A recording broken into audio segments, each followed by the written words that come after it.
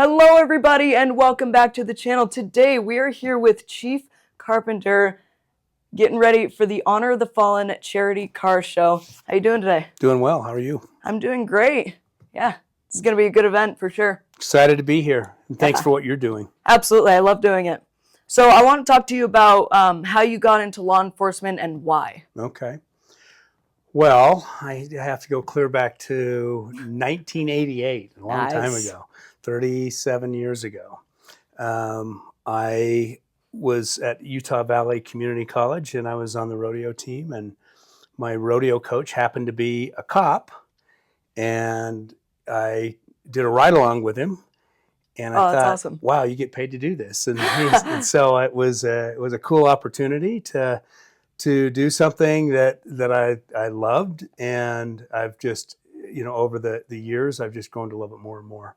Oh, that's awesome. Great opportunities to serve the public, great opportunities to meet people like yourself that are doing great things for the community, and really living their passion. That's awesome. So what's one of your favorite things? What's the most rewarding thing about your job?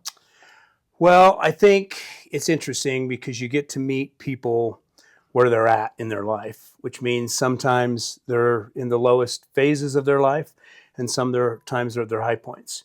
But that being said, every day is different. And I feel like in this job that if you truly take it on as something more than a profession and it is a lifestyle to you, that you'll look for opportunities to really improve the lives of others around you. That's actually a really good answer. I like that. What's one of the hardest things about your job? Kind of the same thing, that you meet people in their lowest of lows, and sometimes you see them not at their best. And usually when law enforcement is involved, unfortunately, many times it's very positive and sometimes it's not. And when it's not, their world is in a crisis. And so it's very hard to help find the resources that we need to help them change the behavior they need to find a new avenue. So as the chief, what does a typical day look like for you? Well, I do a lot of meetings. I meet with the mayor and council on a fairly regular basis. Today I had a couple of meetings, and then as you just witnessed, as you came in, we just had a major gas line break and had to evacuate all of Main Street. Main Street is under construction right now, and it actually is kind of a busy time. A lot of people think Park City's not busy in the summer, but it's almost busier in the summer now than it is for the winter. Oh, yeah. So we're in the process of closing down all of the stores on Main Street, looking at potentially evacuating residential housing. And so every day is different. And so you always have to be prepared for kind of the unknown. All right. Yeah. So you really don't know what's a typical day for you. So my typical day is never typical. So I think that's kind of why I like it. Yeah. It forces you to have to get kind of outside the box and do things differently. Keeps you on your toes for sure. Absolutely. What is one thing that you wish more people understood about police? Well, I think that a lot of times people see when we have interactions with people, I think a lot of times the uniform, the badge, the vest, all of the equipment that we wear, I think they have a perception that law enforcement officers don't feel the same way they feel, don't have the same experiences that they have, don't have the same fears that they have. Most of our officers have either husbands or wives and children, significant others, and they're facing the same challenges everyone else is. We care about what's going on, the safety of our own children, of society, of what's going on. And so I think a lot of times people don't recognize there's a personal side behind the people that are serving in law enforcement. I agree with you. So what do you think that we could do to change that? Well, law enforcement has a big responsibility in that. A big part of what we do in Park City is community outreach. Yeah. And we focus a great deal on digging down and getting involved in day-to-day activities with our community.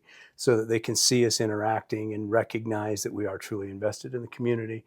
And I think law enforcement is much better at that than we have been in the past. Yeah.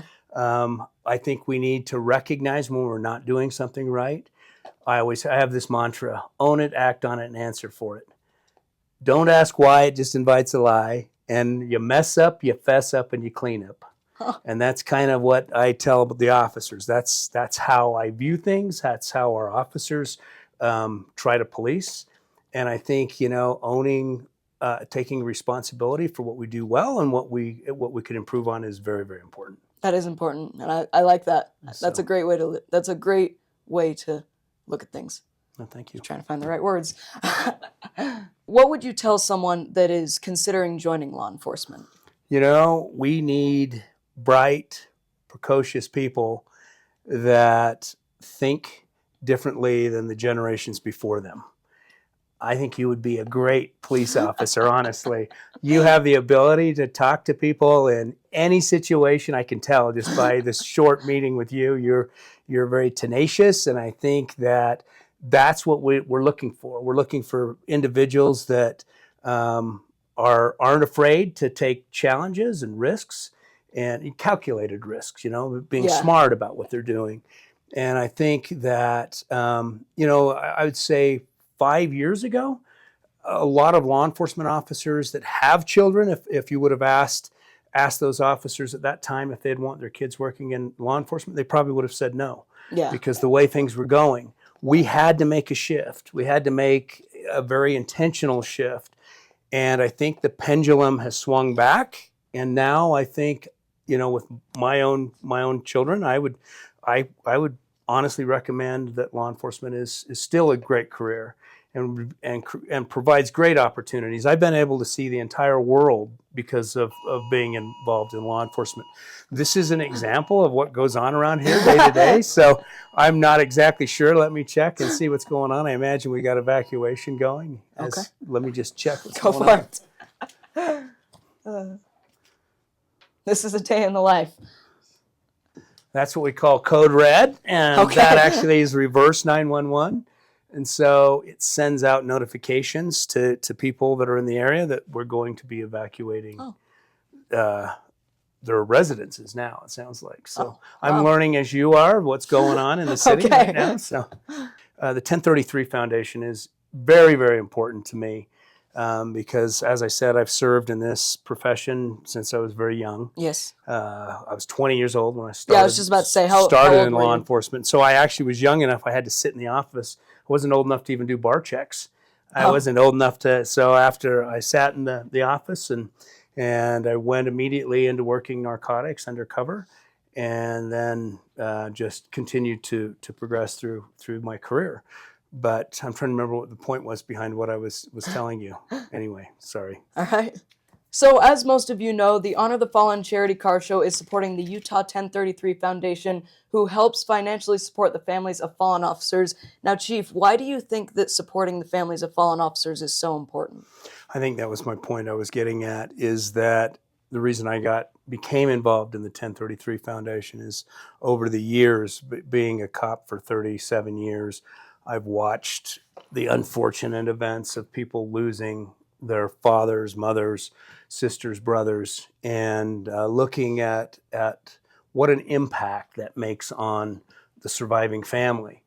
That within 24 hours, the mission of the 1033 Foundation, which is phenomenal, is to provide $25,000 to the survivors of that family to help pay for the necessities, for rent, for food, for individuals coming in for the funeral. I mean, those are costs that devastate a young family. And unfortunately, a lot of the officers that are killed in the line of duty are younger officers. And so they may not be financially stable. They may not have the money they need in order to do that. And so the mission, we would hope that we would never give another check out. That would be our goal. Yeah. We never like to see the loss of life. But I can tell you that over the last, what has it been, 15? Almost, like 2011, 2012. Yeah, 2011, 2012. In meeting with those surviving families, I mean, it's heartbreaking and touching at the same time to see how appreciative they are of those donations and what those donations do to help us help those families in immediate crisis. Yeah. So I think it's very important. I'm on the founders board, and we've been part of the 1033 Foundation since its inception. Well, if you guys want to go support the families of fallen officers, go register your car at www.driveroadrarally.com for the Honor the Fallen charity car show. Thank you so much. We appreciate your support. Absolutely. So on that note, how does it feel knowing that the car community is coming together to support the Utah 1033 Foundation? No, it's fantastic. I mean, we're always in need of funds, and to have a group that's a close-knit group like those that have car shows, and they have a passion, clearly. Yeah. They put everything into what they love. I think they can respect and appreciate why this is so important to us, and the fact that this is really what communities are about, is pulling resources together to do something great for somebody else in need. Absolutely. So what would you tell someone who's on the fence about registering or donating to the 1033 Foundation? Please, please, please, we need you. And if you ever hopefully your family would never have to be on the receiving end of something like this, but if you were, I guarantee you it'd be life-changing to see the resources and those donations that make it possible. Absolutely. Okay, well, thank you so much for meeting with me. Appreciate it. I'm excited for the car show. It's going to be a fun one. Hope to see you there. Thank you. Absolutely. Thank you. Thank you.